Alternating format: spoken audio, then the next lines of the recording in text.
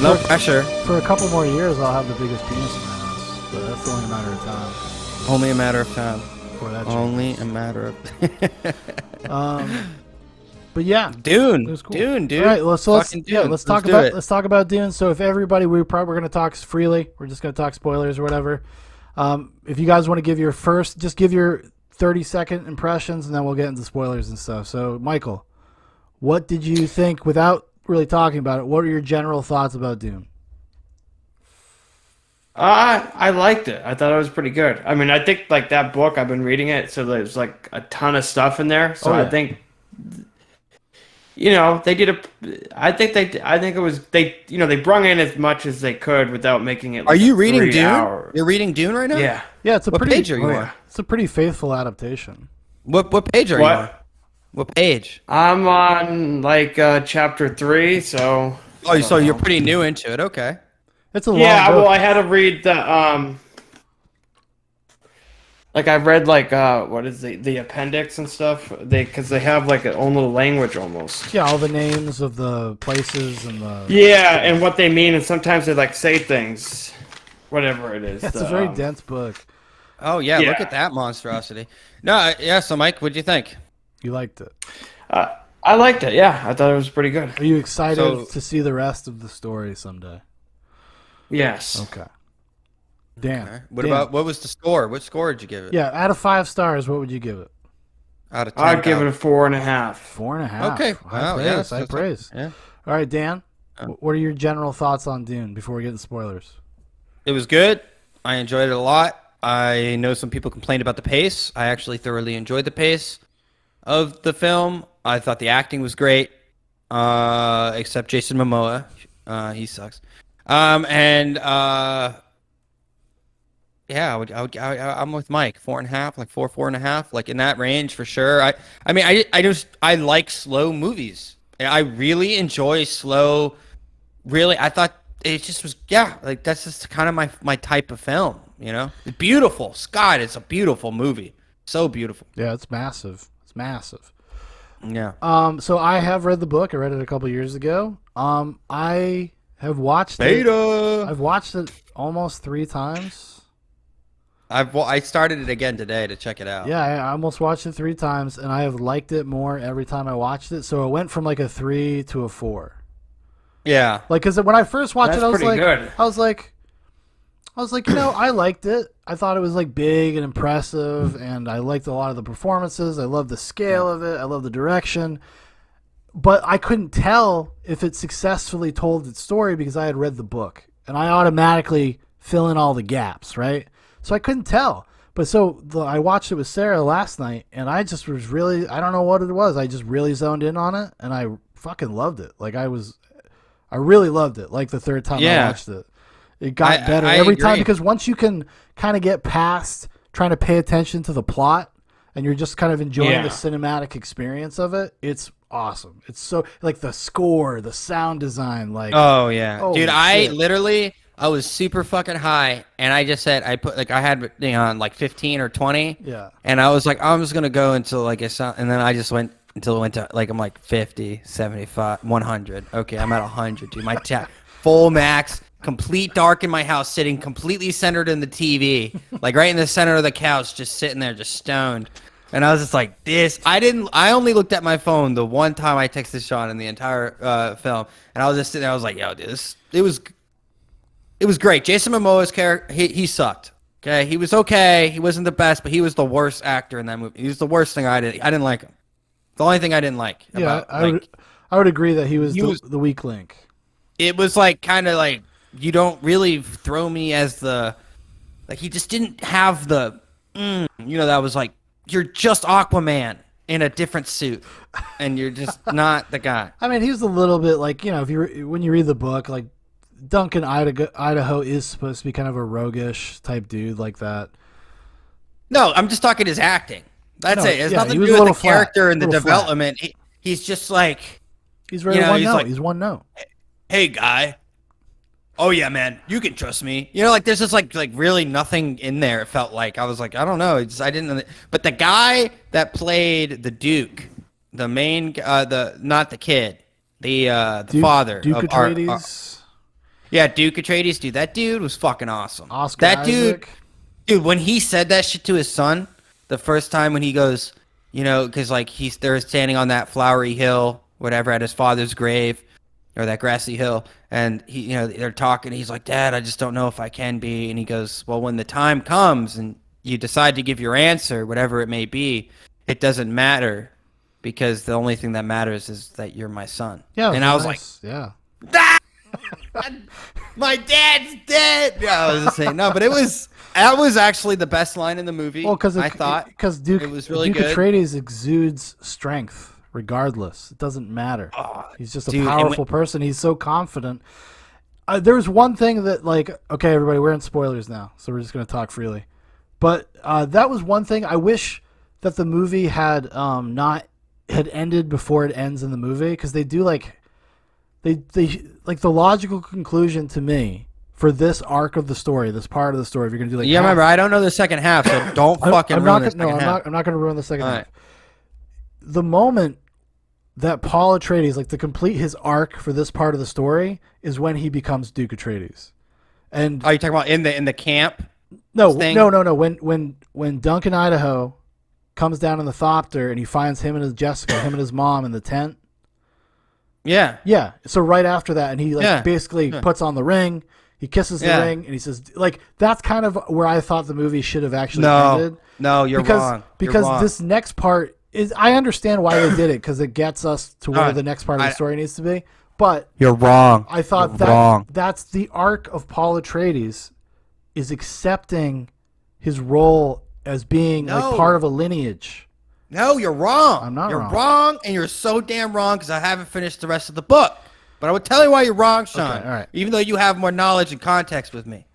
He does not, just because he gets the ring and he decides to be... No, that's not the moment. The moment where they should have stopped it.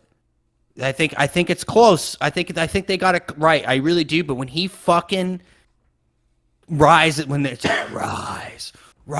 he's doing that fucking duel to the death with the fucking guy, and he finally becomes the leader. Like, he makes the hard decision. He's never killed a man. He went from boy to man. Okay, because having the monarch, like that, to me, when I felt that moment, because obviously in his mind, when he has this like little possessive like dream states, like his not illusions, his visions of the future, his prophecy. Yeah. Although if you're paying attention, you see that they're backwards. They're backwards. They're not backwards. They're potential realities. I always thought like it was like showing him like this could happen if you. That's what I'm saying. Like, because he sees himself die.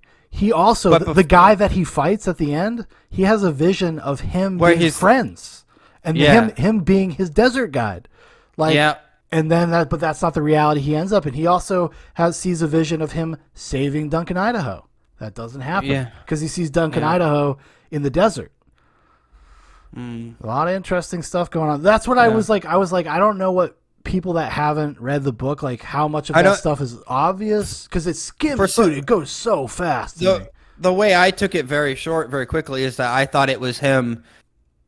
Like, this is like showing the opposite of what happened. Like, this is like, it's kind of tricked. Like, his brain is trying to trick him or something, so that he has to confront fear. Like, because the whole thing is about fear. So I was thinking like, his subconscious is going to show him that he's going to die in this battle, and he has to rise above it. Like, that's the hand in the box thing. You're going to have to experience great pain, when it's not really him dying, because the great pain is taking the life of another man, but still acting out the same type of courage it takes to, because like in his dream state, the guy reaches and holds his hand as he dies, and he does the same thing as like he was still the teacher. He was still the like he still taught him that one lesson. Oh, for sure.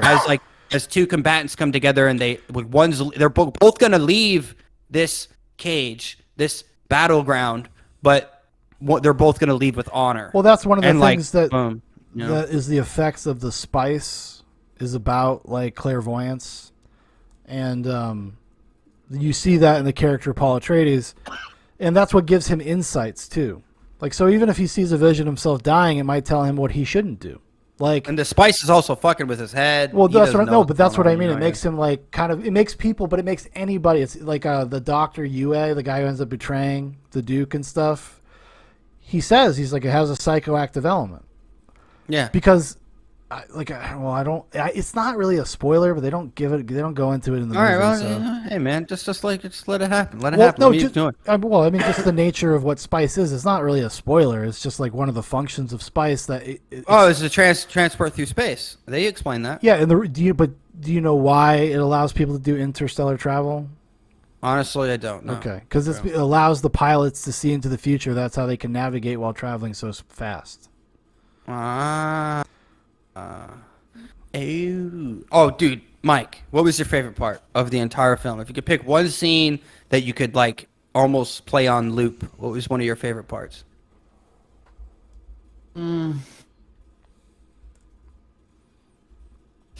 Probably when him and his mother are they're not escaping, but they get caught, and then they go into the desert. Like when they get caught. What do you mean when they're in the helicopter, the thopter, and they use the voice and stuff? Yeah. Yeah. My favorite part was like my favorite part. It's like such a throwaway incidental thing, and I like it just because of the actor. Stellan Skarsgård plays the Baron Harkonnen. Oh yeah. And it's after he talks to the head of the Bene Gesserit, and she's like basically saying like, yeah, you can kill Duke Atreides, I don't care, but just you can't touch Jessica or Paul. And he's like, my desert, my Arrakis, my Dune, and he's like rising up, and I'm like, oh, it's so cool. Like just purely it's aesthetic. Creepy. Oh, dude, it is creepy. Like some people did not like the Baron in this. I was like, oh, dude, I love the Baron in this. Nah, he's pretty damn good. Dude, he was scary. Like when that first and the way when Duke Atreides he's like in that like frozen state or whatever and he's like in that chair, he's nude. It's such a beautiful that was image. a cool part too. Dude, it was a beautiful image, but then like when Dr. Yu or Ye, whatever his name is, comes in, Yue, it's close. And so Dr. Yue comes in, and then like he like rises in the background. It's all blurry. It is like that is like some demon shit. Did you see that part? You know what I'm talking about? No, yeah, when he's floating across the table, yeah. Like he's like, yeah, and he gets like, If you really look in the background, they morph him. They change him just slightly. Yeah, they like blur it out and stuff. Cause and I think part of it's because it might look a little silly if you were to just show a shot of this fat dude floating across the table. It didn't look. I thought it looked cool. It didn't look. No, I thought it looked great, but I don't think it looked cheesy when he did it in his. Well, yeah, because you got the fucking giant room, the light coming down, and he's like rising up. It's fucking my desert, crazy. my Arrakis, my Dune. I fucking loved it, dude. I thought that guy did great. He was really convincing as this. He has got like one of the funniest parts in the movie is when he's got fucking Duke Atreides like paralyzed in the chair, naked, and he's at the other end of the dinner table, and he eats the piece of food. He's like, "Oh, you have a magnificent kitchen, cousin." Oh. It's interesting. They did change his character. They kind of strip a little stuff away because he's like a sadistic gay guy in the book. Like he kills twinks. Yeah. They don't really. Does he do that in the first movie? No, they don't get into any of that stuff in the movie at all. No, I mean about the original movie. The original movie? Oh, and the 1984 David Lynch one? Yeah. Yes, a little bit. It's implied. It's implied. They don't. Yeah. They don't ever like get into it, but it's way more apparent. You're like, oh, he definitely likes these little twink dudes. Like, so what you're telling me is there is a 5-hour version that's out here somewhere. Well, there is a 5-hour version. For sure. I hope they do an extended cut because I could watch. I want more with leading up to Duke Atreides' death. I want more of that stuff. I liked his character. Yeah, me too. I want like more of the intrigue in the palace about like how they're going behind the scenes, kind of betraying him, and he doesn't really know. That is in the book. Yeah. In the book, it's a way more extended because it's like he doesn't know that he's in danger because he was like, oh, why would the Emperor want to do this? But in the movie, they're like right away, like, oh no, the Emperor wants to kill you, like right away. But you know who else was great? And I really love the Harkonnens, like Dave Bautista. Mm-hmm. He was so good, dude. Oh my god. Yeah, everyone was really good in it. Except Jason Momoa should have been executed. in Minecraft after making that movie because I can't stand his performance. Thank God it's not very big, but it's just Yeah. enough to be like, just fuck off. Like, just fuck off. Like, but I would like to see an extended cut. You I would gotta like give to it- see an extended cut. Give it some room to breathe a little bit. You know. I mean, you know, there is a lot more they filmed because from what I was reading online, if it's true or not, but it was like 4 hours. yeah, I think and, there's, like, I full guarantee plot- there's probably an assembly was- cut. There's probably an assembly cut that's like 4.5 hours of everything. No, they shot. I guess like the one that he wanted to show, and he was trying to convince that like they wanted to to do part to one release- in 2 parts. like but I heard that he wanted to do like another immediate release right after.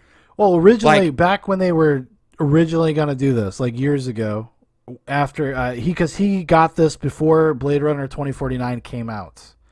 Blade Runner 2049 comes out, it fucking bombs. It bombs. That's a giant, expensive movie that did not do very well in the box office. So they got a little Warner Brothers made good on their deal with him, but they got a little gun shy because he was supposed to, I think, film the entire thing at the same time and then have 2 movies that come out a year apart, but film it all at the same time, and that's not what happened. And they're going to do part 2, and I think Denis Villeneuve has a desire to do Dune Messiah, which is the next part. It's interesting. One of my criticisms of the movie is that it doesn't give you time to really like take in a lot of what it's giving you because it moves so fast because it has to. It's got to fit so much in there, and also it is half a story. And it feels like half a story. Like it almost like even though I could see that ending coming, like when it was about to end, I just and obviously I was just enjoying it. So you just want more. You're just like, oh, I just want to see the rest of it. Yeah, but it does feel a little abrupt because you're like, it's just fucking getting going. Like, yeah, but that's the thing is, what else is he gonna do? I mean, it is like you would have to if Dune, you could make that into probably like a 4 or 5 part movie, like Well, they've 2 done- hours each. back in the early 2000s, they did a Sci-Fi Channel did miniseries. They did a Dune miniseries, and then they did. With James McAvoy, right? Yep. Oh no, James McAvoy's in the second one, Children of Dune. It's the second miniseries. Okay. Actually, if people want to go check it out, there is an HD version on YouTube. I think it's the YouTube channel Quinn's Ideas. He has all 3 or 4 parts. 3 or 4 parts, I can't remember. He has them all up for free, HD.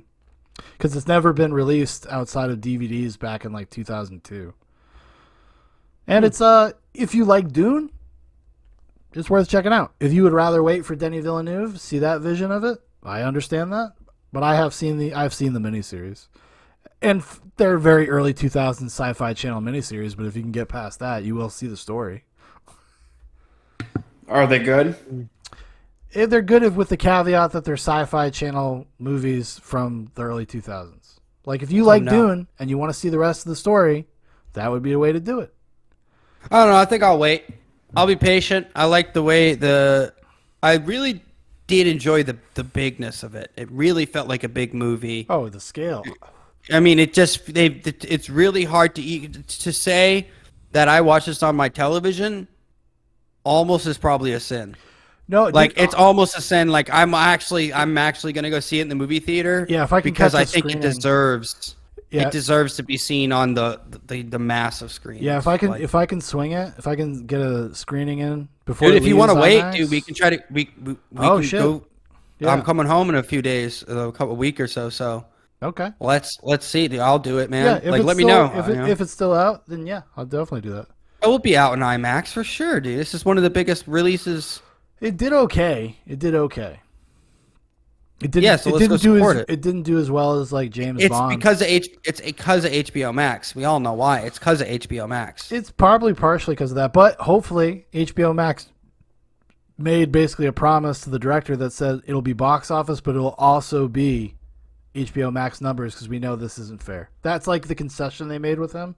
They're like, basically they told him, we're going to let you make part 2 regardless. Honestly, the pandemic situation with the releasing this movie probably saved the movie. I don't know if Dune does $1 billion. Sean, I don't. I was at the gym people were talking about it. I'm just saying. No, I think Like in Alabama, I was at the fucking gym and dudes were in there like, "Yo, dude, you fucking see Dune?" I was like, "Yeah, man, It's a big I watched movie, it." isn't it? well, they want it to be a giant movie. They want it to be a franchise. Because there's fucking 10 books. Like you keep going. Normies were talking about it. They go like, the guy's like, I didn't like how it ended. It was a little slow, but it was fucking cool. Like they were like, it was a fucking cool movie. I didn't really. You're gonna have haters. Like I thought, actually, not trying to simp or anything, but Tim Pool really did have a funny ass tweet, and it even caught me off guard. He goes, I am. Nothing happens. I walked out halfway. Yeah, An hour in. and no, does he say hour in? Yeah, he said that. He said nothing happened. We just left after an hour. And then he did a follow-up tweet. It was a. Oh really? I thought he was kidding. It made the rounds. Halfway through. No, it made the rounds. Like people screen cap that and were dunking on him kind of a little bit. Wait, really? See if I can find it. It was from. No shit. Why? Because he was that much of an idiot to say something like that? Oh, I thought he was kidding. This guy does not respect. Is that why? He doesn't respect cinema. This is a guy who constantly talks about Marvel movies. I'm just saying. I was kind of. Let me see here. Okay, I thought here it we was go. a joke. Here we go. This is October 24th. Dune was so painful to watch that we just walked out halfway through. It's still better than The Last Jedi. Nothing was happening. It took an hour to give us a story that could have been 5 minutes. I kept falling asleep. Yeah, you don't get the joke? He walked out halfway through. It's a halfway of a movie. That was the joke. That's what he's saying. He didn't say he walked out in an hour. It took an hour to get the story. He may not like it, but that's what I was like. I was sitting there going like, no, I think. Oh, that's a good. I think he's being. No, literal. isn't there 3? I think. Isn't there 3? I think the follow-up tweet makes this one literal. The first one. I think nothing was happening. It took an hour to give us a story that could have been 5 minutes. I kept falling asleep. I mean, they're within 3 minutes of each other. That's what I'm So saying. this is not like I'm saying his his follow-up tweet makes the first one. Dune was so painful to watch that we just walked out halfway through. It's still better than Last Jedi. I'm just saying. I get what you're saying. I get what you're saying. That would have been a good troll. It would have been a good troll tweet though, because he never commented on it again. No. So I'm just saying that if that would be, if it is true, because I took it as him trolling. I can understand that, but I think the second tweet makes it seem like he just didn't like it and walked out. He thought it was boring. But then again, that would be the crisp of the troll. He needs that Marvel. He needs that Marvel juice. He needs like some. I don't understand how anyone couldn't like it. Honestly, like you're retarded. If then Tim would be retarded. I would unsub from Timcast immediately. Did you guys ever watch Blade Runner 2049? Either of you ever watch that? Yeah, I've watched it. But it's been a while. Did you like it? Yeah, I liked it because it's got the same. It's got a very similar kind of vibe, tone. Atmosphere, tone, like the bigness of it, also the sparseness of it as well. That was one criticism I kind of agreed with a little bit. They feel like it's a world that's uninhabited. Like you don't get enough time to see like how Arrakis actually operates because how the people live, how they live and stuff. Because it's always dealing with like this very high level politics. But I mean that's the book is kind of the same way. I'm sure we're gonna get all into it in Dune Part 2. Well, because there's way more stuff in the book about the preciousness of water and how important that is to the people of Arrakis. Because like you have to be like high nobility to have water. That's why it's such a big deal when the guy's watering those ancient palm trees or whatever. They're like, this is like enough for 100 lives. Every tree, all five trees is enough water for 100 lives. 20 trees is 20 trees, Sean. It's 20 trees, 10 on each side. Okay. Well, there you go. Respect for the people's beliefs. So that's like the only time they really mention it. But in the book, there's all this stuff like people, when Duke Atreides comes and like people want to see the new leader and kind of test him out. Will he give us water? Stuff like that. Like there's a little bit more of the population. Duke Atreides trying to figure out what it means to be a leader on Arrakis. Yeah, but that's what I kind of said. Like the movie, it did a decent job at like kind of because there's so much in Dune what I've read so far that it would be hard to. No, it'd be hard to, but that's what talk about everything. It's a very faithful adaptation that feels like there's just chunks taken out of it because they can't do everything. Yeah. But then I was curious like what people that hadn't read the book if it would make sense because I can see where they're just like lifting shit out. And then, honestly, and sometimes there was no connective tissue. Well, I can see some of it, but not all of it because I haven't read it all. Yeah, because you haven't read it all. I can say as a person who's never read the book, never saw the original movie, I tried and I fell asleep. I It was fine. I connected with it and just fine. Like I had no problem with any. I didn't feel like I do agree that it's maybe hastily in the beginning. It's just kind of like get here, do this, Oh, this, this explain yeah. this, do that, and then get. But when the movie really opens up on Arrakis, I think it accomplishes that Yeah, fine. the first like 45 minutes is all exposition, and I don't even think it's bad because I think it's necessary. I don't know how else you do it. Like having Paul Atreides like watch a video about Arrakis and have that be the way we like get the information. I mean, maybe that's a little clunky. Maybe you could have just fit that into dialogue with one of his teachers or something. I don't know, but I thought it was perfectly serviceable in that respect. You get the information you need to know to like kind of get your bearings for the world you're about to experience. And I never really felt confused.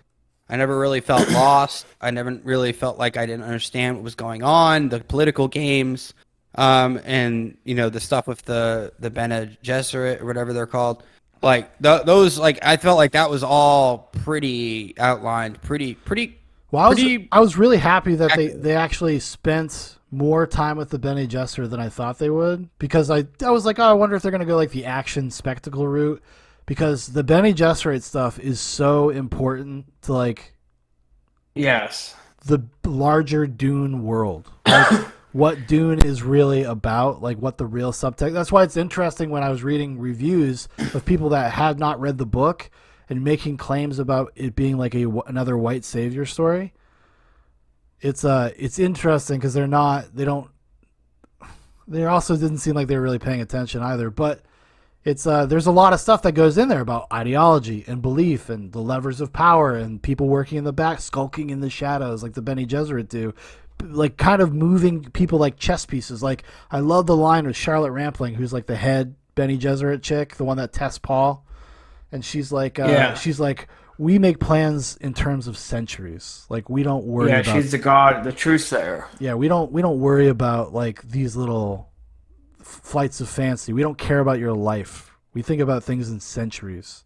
Yeah, like they ordered Jessica to have a girl, and she was and which is an interesting thing, and it's not in the movie, so I don't think they're gonna do it. But in the book, the reason why they're mad at Jessica for having a boy is because they originally wanted Paul to be a girl, so that Paul could, or the girl version of Paul could marry a Harkonnen, and that would actually maybe be the prophet, like the prophecy fulfilled.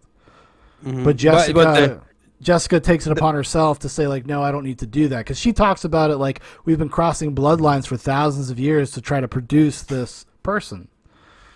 Yes. Well, the Bene Gesserit can control XY chromosome she decided to have him. Man. She decided to have a boy because she believes that she was going to produce I have the evidence on my side. I completely believe. Have you met this man? I can't remember the name. It's like the Quasaric Hadish or something, like the name of the savior or whatever there was going to be. This is probably a dumb question, but I don't know it, so I'm going to ask it. Why does the Emperor want to kill them after putting them there? Because I'm not just according to the movie. I want to hear your speculation. Yeah, what do you think? My speculation: the Emperor wants to kill it because the Atreides is a very powerful family. They have a good leader, and it seems like Paul would be taking on. Like that's the kind of the vibe that they make you feel anyway. Like to me, like the Emperor must perceive the Atreides as some strong, standing threat. That's why when they allude. No, I was gonna say yes, you're correct. Like he basically sends them there to die, knowing that the Harkonnens would never give up Arrakis, and that it would be a big fight because he's a threat to the throne, basically. And in fact, that's one of the reasons why Duke Leto is there. He doesn't like spice is a thing because he needs it for financial stability, but it's really about making concert with the Fremen. He wants the power of the Fremen people. Because he wants him to basically be his army. And he knows that this is a long-term plan that maybe Paul will actually be the one. It's about his name. It's about his legacy. Like His that's legacy. that's what he's thinking So about. he himself is skulking through the shadows. A little bit. But there is, but then again, bringing peace and prosperity to the Fremen, and then also allowing them to be his slave workers, just like we're trying to do with Mexicans at the southern border. It makes perfect sense. Well, that's why they say the line. Zendaya has that opening monologue with the voiceover, and she's like, "Who will be our next oppressor?" Like that's part of the subtext of Dune as a series. Yeah. Is that saviors come and go, kings come and go, but it's the people on the ground that actually feel the weight of those things. That's like part of the subtext of the story. War and everything, and all the stuff, and Just conquering war, people. control. What do you find valuable? Is life more valuable? Honestly, that's one of the reasons why Dr. Liet Kynes, the lady who takes them on the tour, she actually has sympathy for the Atreides because she sees Duke Leto save the people working on the spice mine rather than save the spice. Like that's something she's like, oh, and in the book it's much more like apparent that's why that character feels that way. It actually makes her turn a little bit from the Emperor because you're like, oh, this is a good man. This is a good person, good family. Well, because I thought the foreshadowing was there right from the beginning.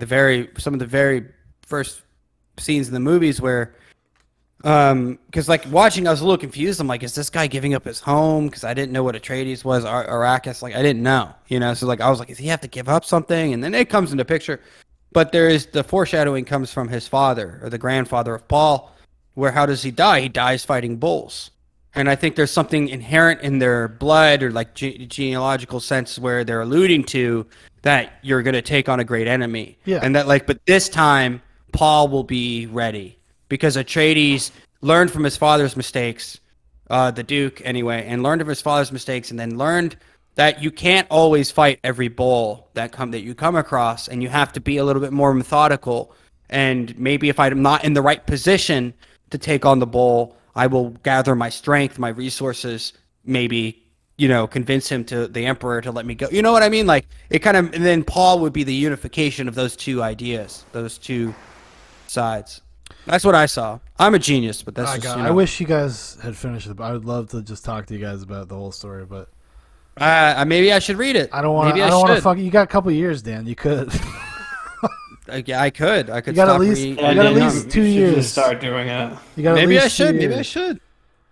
Maybe I should, man. I mean, from what I actually really enjoyed the world. I enjoyed the story. I enjoyed everything really about it. And it really pisses me off that George Lucas fucking ripped them off and did it poorly, honestly. Like, did a really bad job of doing it.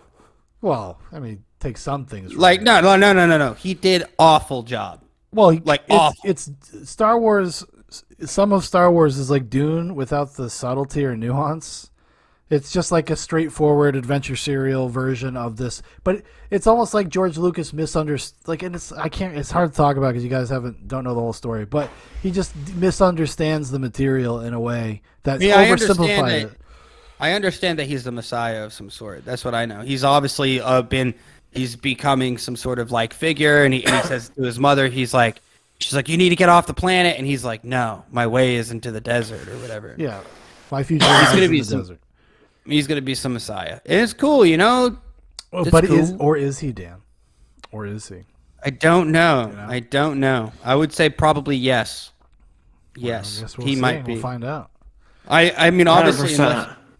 I think he would be the Messiah because this is one of those typical archetypical. It's an archetype. It's like to me, it would be stupid. But then, like, because listen, unless Villanueva, whatever his fucking name is, doesn't make the next one, and decided to hire Nicholas Winding Refn or whatever his name is, Nicholas Winding Refn to direct the second one, then I would probably agree with you. If it was like, oh yeah, dude, he's no longer the Messiah. It's like because that guy likes to ruin everything that he touches. No, it's just not. It's not a simple story like that. It's not. It's actually. It plays with the concepts that you're talking about, and it knows what you're saying. The book is aware. It's like self-aware in that way. The story is self-aware. Frank Herbert was making a much deeper commentary about belief and lineage and loyalty and lots of other stuff. It's a way more. It's just not. It's a very interesting take, and I'm glad I can see that the seeds have been set in part 1. So I am confident that Villeneuve understands the book. Like, he understood the book and what the book is actually about, and it was very apparent having read the book. So I was glad. I was happy. I'm excited. I'm happy. excited. I'm excited. I feel like I could get really, really high and watch it again and still enjoy it. It might happen. It might happen. Might Yeah. happen. I think you should. You can't just start. I was gonna start it before, like I started it. Like I got 10 minutes in. I was like, I can't watch this and break it up. Yeah, you gotta restart, dude. I'm gonna go restart. Like I was like, I'm gonna come do this, and I didn't want to watch it only for an hour. Hit the restart button. Dude, I'm telling you, that fucking scene though, the best scene in the film, is probably that fight scene at the end. Like that shit to me was by far the most profound, like shit in the entire. Like when he fucking like is raw, like in that voice, that fucking Bene Gesserit chick comes on, she's like, "She will rise up now," and he just fucking like does this cool little move and just like stabs him in the spine. Yeah, how about the mother? That lady. Was good. With just dude. Rebecca Ferguson, she's a good Oh, actress. and there was that moment where like they're like She was running, my favorite. and they get up to the rock, and they have to like strip off, and there's this weird moment where she like looks at him when he takes this, because he doesn't give a fuck, right? You know, he's a man, like kind of, he's like becoming a man, and I'm like, is she like getting turned on? There was a little weird moment there, but no, but I was saying like, a weird moment. but she just like, I was like, I mean, obviously she's in awe like of him, a man. He's like a man now. Like she's seeing him become a man, a true leader. He's taking charge. He's not afraid, you know. And he's meeting all these like expectations and goals where a man of his age, I believe he's supposed to be only like what, 16, probably 17, 18, he's supposed like to in be that. like 17, 18, something like that. Yeah. I thought he was 15. In the book, he might be 15. I think they aged him up a little bit in the movie. Okay, well, I mean, I that's think how he's 15. in the book, yeah. I mean, this guy's ripping. He's a skinny bastard, but he's ripping. He's like one of these. He's like Tom Holland, the Spider-Man kid. He's just gonna look like he's 17 forever, and it creeps you out the older he gets. I figure you were excited to see him in there because of the King. I know you like the King. Oh, I love the King. That was great, and he was very well cast in the King. Yeah. Yeah, so it kind of I figured it was a thing to make you happy. I don't like people don't like that kid, Timothy Chalamet. I think he's fine. I don't. I think he's very neutral. There's a very neutral sense about him. I wouldn't say it's like one way or the other. Like I don't think he's just not.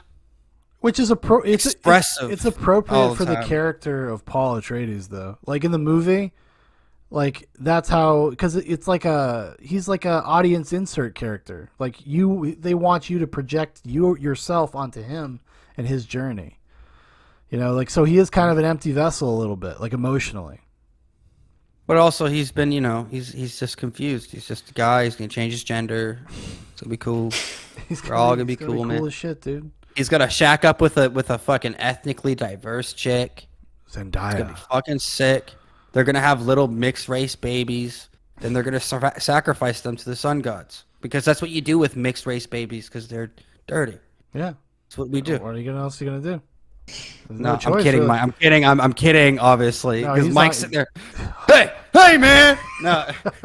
Did you guys ever think about the fact that when they're wearing those still suits, that they're constantly like peeing and pooping in there? Yeah, I mean, I guess they are. It does transfer all the. Yeah, it takes all the moisture out. It doesn't do poop though. What does it do with poop? Do you think they have like a poop bag maybe in the back? Breaks it down and turns it into water. No. You drink your own sweat and pee and poo. I don't know if you drink poo though. Does it because I imagine what it does. There's probably a receptacle in the back, and then you poop into it, and then it like compresses and takes all the water out of it, and then it probably like just, you know, you probably pull a little flap and the poop just falls out. You know what I mean, like, or something. Like, and you hear that music, the desert music, lamentation. I just kept thinking Indiana Jones too when I was watching it for some reason. I'm like, dude, if they had the technology to film an Indiana Jones, like. They did, Dan, and they did horrible. Epic. So. No, but I mean, like, really go for it. They could make Indiana Jones epic. They did really go for it. Have you seen Raiders of the Lost Ark, dude? No, you're missing my point with the modern technology. Like, they could really go for it. Like, make it even, like, crazier. How dare you? Indiana Jones is perfect as it is.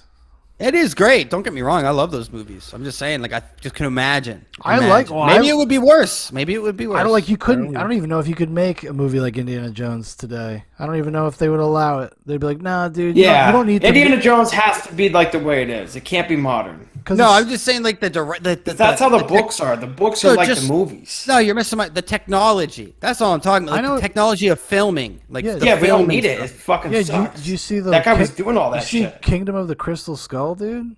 No, but listen, that is a problem. Yes, yes. That's Remember when the a giant, big like, problem. it gets big because this giant alien spaceship at the end coming out of the It's pit. kinda Yeah, sick. that movie sucks.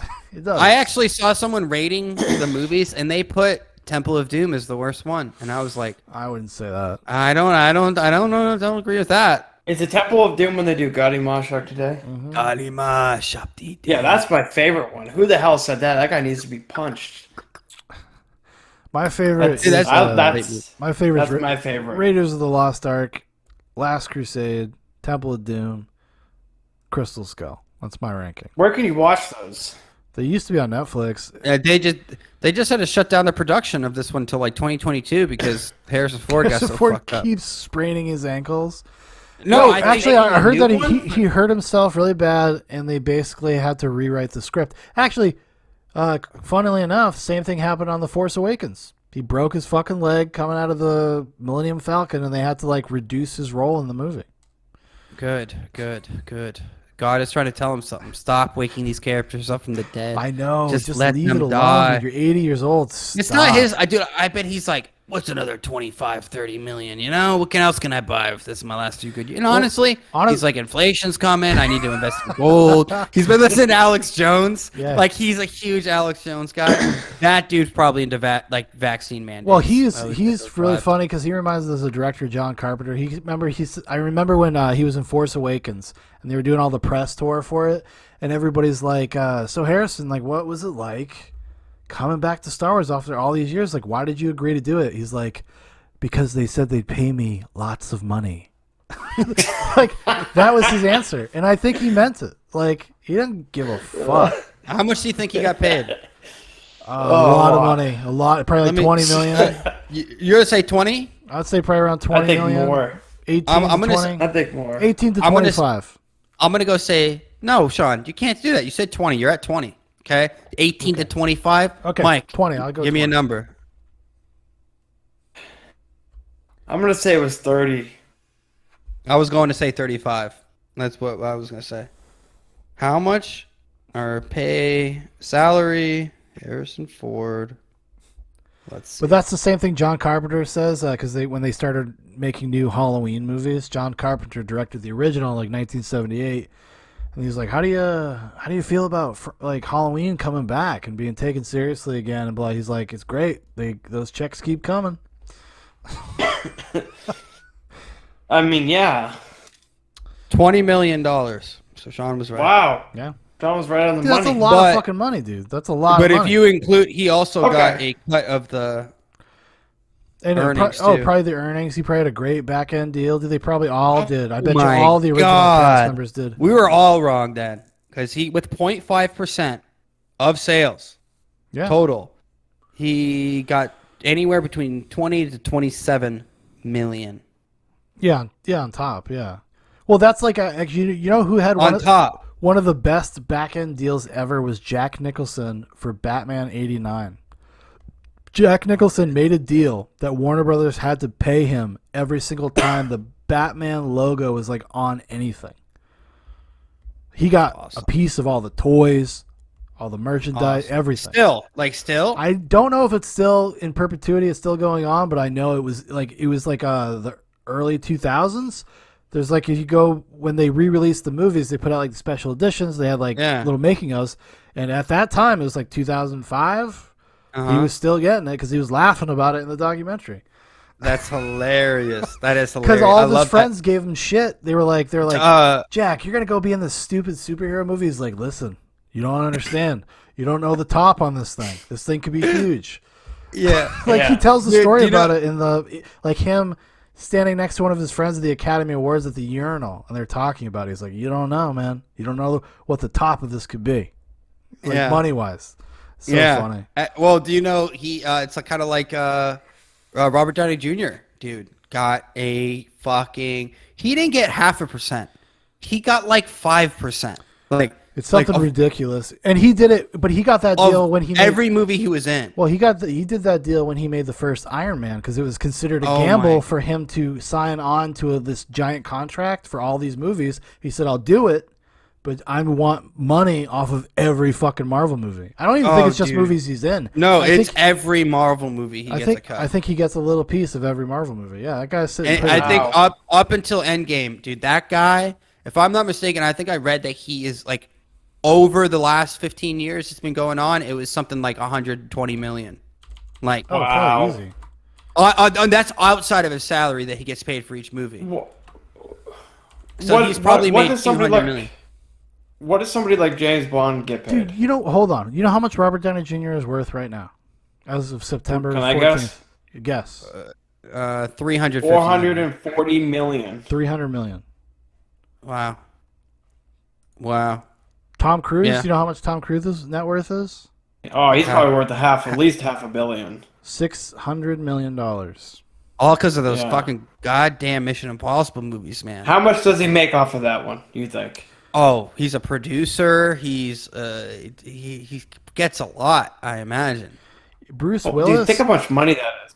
Dude, Bruce Willis is worth $250 million. And he just makes shit movies because he doesn't give a fuck. Yeah, he's got that ego. He's like, I got to be in front of that camera. Dude, Tom Cruise is almost a billionaire. That's crazy. Well, that's your net worth. That's like all of your assets, everything about you. I bet Robert Downey Jr. has got like probably 80 million hard cash. Yeah, probably like that's like he has access to probably. Yeah, like say 80 million.